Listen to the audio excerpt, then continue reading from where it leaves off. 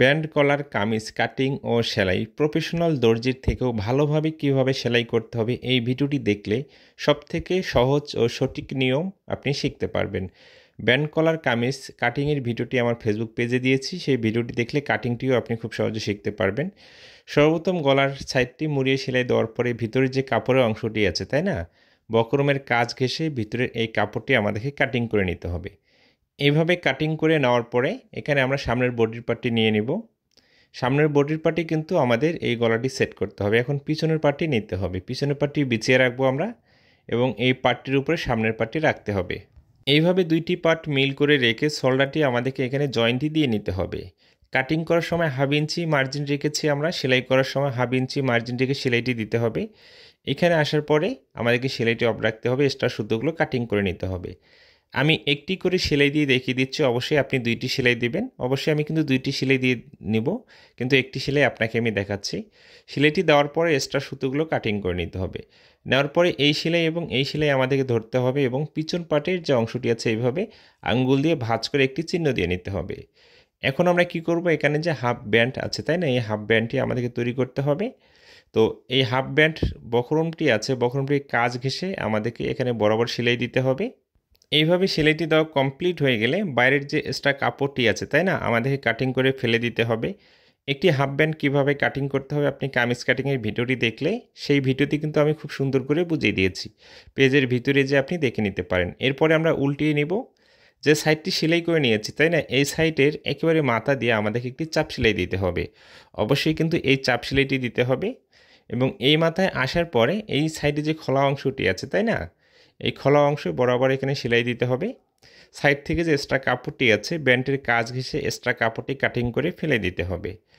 এইভাবে কাটিং করে নেওয়া কমপ্লিট হয়ে গেলে ব্যান্ডটি ঠিক মাঝখানে ভাঁজ করে এখানে একটি চিহ্ন দিতে হবে। এইভাবে কেচি দিয়ে ছোট্ট করে একটি চিহ্ন দিয়ে নিতে হবে। এখন বডির পার্টটি নিতে হবে।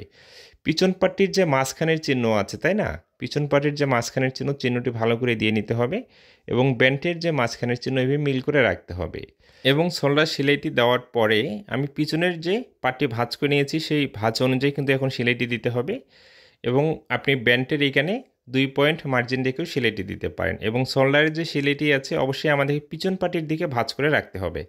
শোল্ডারের সেলাইটি যেন সামনের দিকে না আসে সেই দিকটা লক্ষ্য রাখতে হবে। ওকে, এইভাবে একটি সাইড সেলাই করা হয়ে গেলে এখন এই মাঝখানে থেকে মিল করে ধরে এই সাইডে আসতে হবে। এইখানে যেখানে আসবে সেইখান থেকে সেলাইটি শুরু করতে হবে। অবশ্যই 1 ফিট মার্জিন রেখে সেলাইটি দিতে হবে এবং শোল্ডারের সেলাইটি পিছন পাটির দিকে আমাদেরকে ভাঁজ করে রাখতে হবে এবং পিছন পাটে এখানে কিছুটা কাপড় কিন্তু বাড়তি থাকবে, সেই কাপড়টি আপনাকে কাটিং করে নিতে হবে। আমি যেভাবে নিচ্ছি প্রতিটি বিষয় আপনি সেমভাবে নেবেন, তাহলে দেখবেন আমার মতে আপনার ফিনিশিং হবে। এবং এই শোল্ডারের সেলাইটি এখানে আমাদেরকে এভাবে কেটে দিতে হবে, তাহলে খুব সুন্দর ফিনিশিং আসবে। কাপড় যেন কেটে না যায় এবং সেলাইটি যেন কেটে না যায় সেই দিকটা লক্ষ্য রাখতে হবে এবং এক্সট্রা সুতোগুলো কাটিং করে ফেলে দিতে হবে। এরপরে আমরা কি করব, বডির পার্টটি ভালো দিকে এইভাবে ওপেন করে বিছিয়ে রাখবো। রাখার পরে সামনের পার্টের যে গলা আছে, তাই না, এই গলাটি এখন আমাদেরকে নিতে হবে। মাঝখানে এইভাবে সেন্টারটি মিল করে ধরে এখন উপরের দিকে আসতে হবে। আসার পরে এইখানে মাথা হালকা একটু 2 সুত বা 1/2 ইঞ্চি এভাবে ভাঁজ করে নিয়ে এখান থেকে সেলাইটি শুরু করতে হবে। 1 ফিট মার্জিন রেখে সম্পূর্ণ গলার পট্টিটি এখন আমাদেরকে সেলাই দিয়ে এখানে অ্যাটাচ করে নিতে হবে। আপনি যদি আমার ফেসবুক পেজে নতুন হয়ে থাকেন আর এই ভিডিওটি যদি ভালো লেগে থাকে, পরবর্তী ভিডিওগুলো দেখার জন্য অবশ্যই পেজটিকে ফলো দিয়ে রাখবেন এবং ভিডিওটি ভালো লেগে থাকলে লাইক ও কমেন্টের মাধ্যমে অবশ্যই আপনার মতামতটি জানিয়ে যাবেন এবং বন্ধুদের মাঝে শেয়ার করবেন, তারাও যেন সঠিক এই নিয়মটি শিখতে পারে।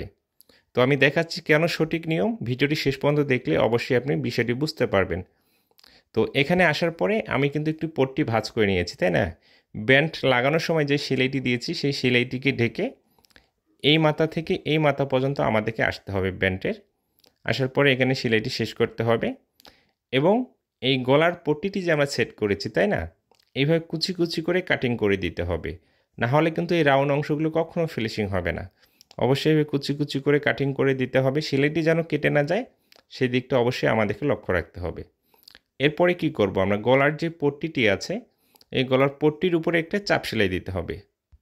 আমরা দেখি অনেকজনে এই ব্যান্ড গলা তৈরি করার পরে ব্যান্ডের যে পিছন পাটের যে অংশটি এখানে কাঁচা থাকে বা ব্যান্ডের ওই অংশটি সুতা বের হয়ে যায়, আপনি যদি এই নিয়মে তৈরি করেন, বাংলাদেশের যে কোনো টেইলার্স বা যে কোনো কাস্টমার আপনার কাজের প্রশংসা করতে বাধ্য থাকবে, কারণ ব্যান্ডটির এখানে কাঁচা থাকবে না, পাকা থাকবে এবং বাইরে থেকে কোনো সুতা বের হবে না বা কোনো সেলাইও দেখা যাবে না। এইভাবে আঙ্গুল দিয়ে চাপ দিয়ে নিতে হবে। চাপ সেলাইটা দেওয়ার পরে এরপরে উল্টিয়ে নিতে হবে। উল্টিয়ে নেওয়ার পরে আমাদের যে এই গলার যে পট্টিটি আছে এখান থেকে সেলাইটি শুরু করতে হবে। ব্যান্ডের উপর থেকে এইভাবে সেলাইটি শুরু করতে হবে এবং গলার পট্টির কাজ ঘেঁষে আমাদেরকে সেলাইটি নিয়ে আসতে হবে। ওকে, এইভাবে সম্পূর্ণ গলার পট্টিটি সুন্দর করে মিল করে বসিয়ে রেখে আমাদেরকে একটি সেলাই দিতে হবে। এইখানে কিন্তু আপনি হাত সেলাই দিয়ে নিতে পারেন আপনার রুচি অনুযায়ী। এখানে আসার পরে এই যে পিছন পাটে যেখানে পট্টিটি সেট করেছি, তাই না, এই পট্টিটির উপরে একটি চাপ সেলাই দিতে হবে। তাহলে এখানে ব্যান্ডের যে কাঁচা অংশটি এখানে কিন্তু আর দেখা যাবে না, এইখানেও কিন্তু অনেক সুন্দরভাবে পাকা হয়ে থাকবে। এটা হচ্ছে দর্জিদের ভাষা, আপনি অন্য কোনো ভাষাও এখানে ব্যবহার করতে পারেন, কোনো সমস্যা নেই। এক্সট্রা সুতোগুলো কাটিং করে নিতে হবে। নেওয়ার পরে দেখুন এখানে কত সুন্দর দেখা যাচ্ছে না। অনেকজনই কিন্তু ব্যান্ডগুলো তৈরি করে, এখানে ব্যান্ডের অংশটি দেখা যায় পিছন পাটে, এইখানে কিন্তু দেখা যাচ্ছে না। এবং দেখুন কত সুন্দর ফিনিশিং হয়েছে।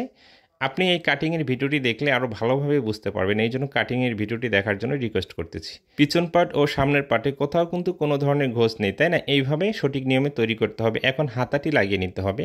তালপাটের যে অংশটি খুবই সেন্সিটিভ একটি বিষয়। পিছন পাট এবং সামনের পাট, দেখুন সামনের পাটে কিন্তু এখানে তালপাট আছে, হাতের যে ডাউন অংশটি এটা সামনের দিকে থাকবে, তাই না? হাতের তালপাটের অংশটি বডির সামনের দিকে থাকবে। এই বিষয়টি অবশ্যই আপনাকে মনে রাখতে হবে।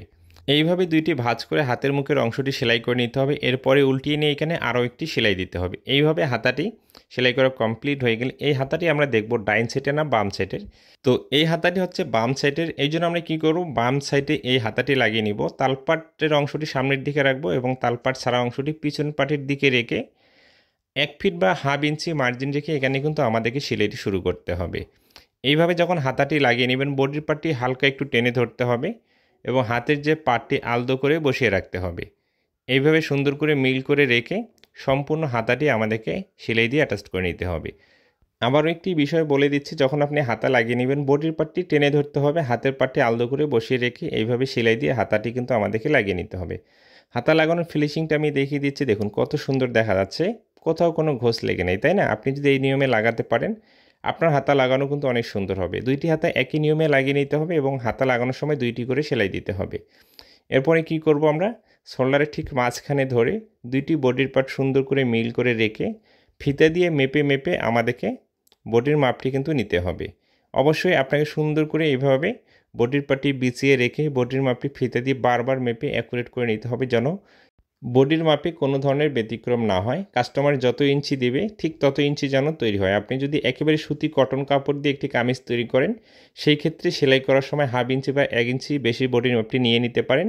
ধুয়ে দেওয়ার পরে কিন্তু অনেকটা দেখা যাচ্ছে বডির মাপগুলো ছোট হয়ে যায়। এই জন্য আপনি হাফ ইঞ্চি বা 1 ইঞ্চি বেশি রাখলে সেলাই করার পরে বা ধুয়ে দেওয়ার পরে কিন্তু যার জন্য তৈরি করবেন তার বডির মাপে অ্যাকুরেট হয়ে যাবে।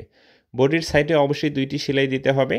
তো কাটিং করার সময় কিন্তু আমি অ্যাকুরেট মার্জিন রেখে কাটিং করি, এই জন্য কোমরের মাপ, হিপের মাপ এগুলো আমি কিন্তু মাপ ছাড়াই তো সেলাইটি করে নিতে পারি। অবশ্যই আপনি সেলাই করার সময় বডির মাপ, পেটের মাপ, কোমরের মাপ ফিতে দিয়ে মেপে মেপে, হাতের মুখের মাপ এগুলো মেপে মেপে আপনি সেলাই করবেন। ওকে, আপনার যত ইঞ্চি প্রয়োজন তত ইঞ্চি মেপে মেপে আপনাকে সেলাই করে নিতে হবে। সাইড ফাড়ি যেখানে আছে এখানে এসে সেলাইটি শেষ করতে হবে। দুইটি বডির সাইড সেলাই করে নেওয়ার পরে কামিজের সাইড ফাড়াগুলো কিন্তু আমাদেরকে সেলাই করতে হবে। কামিজের সাইড ফাড়া সেলাই করার আমি কয়েকটি কৌশল এর আগে আমার ভিডিওতে শিখিয়েছি। তো যারা দীর্ঘদিন থেকে কাজ করেন এইভাবে দুইটি ভাঁজ করে বরাবর কিন্তু কামিজের সাইড ফাড়াগুলো আপনি সেলাই করে নিতে পারেন। যে কামিজের লম্বাটা আড়া দিকে থাকে সেই কামিজের সাইড ফাড়াগুলো কীভাবে সেলাই করতে হবে এবং যারা একেবারে নতুন তারা কিভাবে কামিজের সাইড ফাড়াগুলো সেলাই করবে, এই বিষয়ের উপরেই কিন্তু আমার ফেসবুক পেজে এবং ইউটিউব চ্যানেলে কয়েকটি ভিডিও আছে। সেই ভিডিওগুলো দেখে কিন্তু আপনারা সেই নিয়মও কামিজের সাইড ফাড়াগুলো সেলাই করতে পারেন। যারা দীর্ঘদিন থেকে কাজ করেন তারা আপনারা এই নিয়মে কাজ করবেন, তাহলে আপনাদের কামিজের সাইড ফাড়া সেলাই দ্রুতগতি হয়ে যাবে। তো এইভাবে কামিজের দুইটি সাইড ফাড়া কিন্তু একই নিয়মে আমাদেরকে সেলাই করে নিতে হবে। কামিজের সাইড ফাড়াও নিচের অংশটি সেলাই করা কমপ্লিট হয়ে গেলে কামিজটি কিন্তু আমাদের তৈরি করা কমপ্লিট হবে। সেলাই করা কমপ্লিট হয়ে গেলে আপনাকে আমি দেখিয়ে দিচ্ছি, দেখুন কামিজের সাইড ফাড়া সেলাই করার পরে এরকমটা হবে। এরপরে উপর থেকে ধরে এইভাবে আমাদেরকে সমান করে মেপে দেখতে হবে সামনের পার্ট পিছনের পার্ট কোথাও ব্যতিক্রম আছে কিনা। ব্যতিক্রম থাকলে কোণাগুলো সমান করে কাটিং করে নিতে হবে এবং নিচের অংশ এইভাবে 2টি ভাঁজ করে সেলাইটি করে নিতে হবে। এই ভিডিওটি শেষ পর্যন্ত দেখার পরে যদি আপনাকে ভালো লেগে থাকে অবশ্যই বন্ধুদের মাঝে শেয়ার করবেন, লাইক ও কমেন্টের মাধ্যমে আপনার মতামতটি জানিয়ে যাবেন। আমার পরবর্তী ভিডিওগুলো দেখার জন্য অবশ্যই পেজটিকে ফলো দিয়ে রাখবেন। ইউটিউব থেকে দেখলে অবশ্যই ইউটিউব চ্যানেলটিকে সাবস্ক্রাইব করে রাখবেন। এই ভিডিওটি পরবর্তীতে দেখার জন্য অবশ্যই আপনার আইডিতে আপনি শেয়ার দিয়ে রাখতে পারেন, নাহলে কোনো গ্রুপে যদি আপনি অ্যাড থাকেন সেই গ্রুপেও আপনি শেয়ার দিয়ে রাখতে পারেন। দেখুন এইখানে আর্মহোল, শোল্ডার, গলা, ব্যান্ড প্রতিটি জিনিস কিন্তু খুব সুন্দর হয়েছে, তাই না? ভালো থাকবেন, সুস্থ থাকবেন।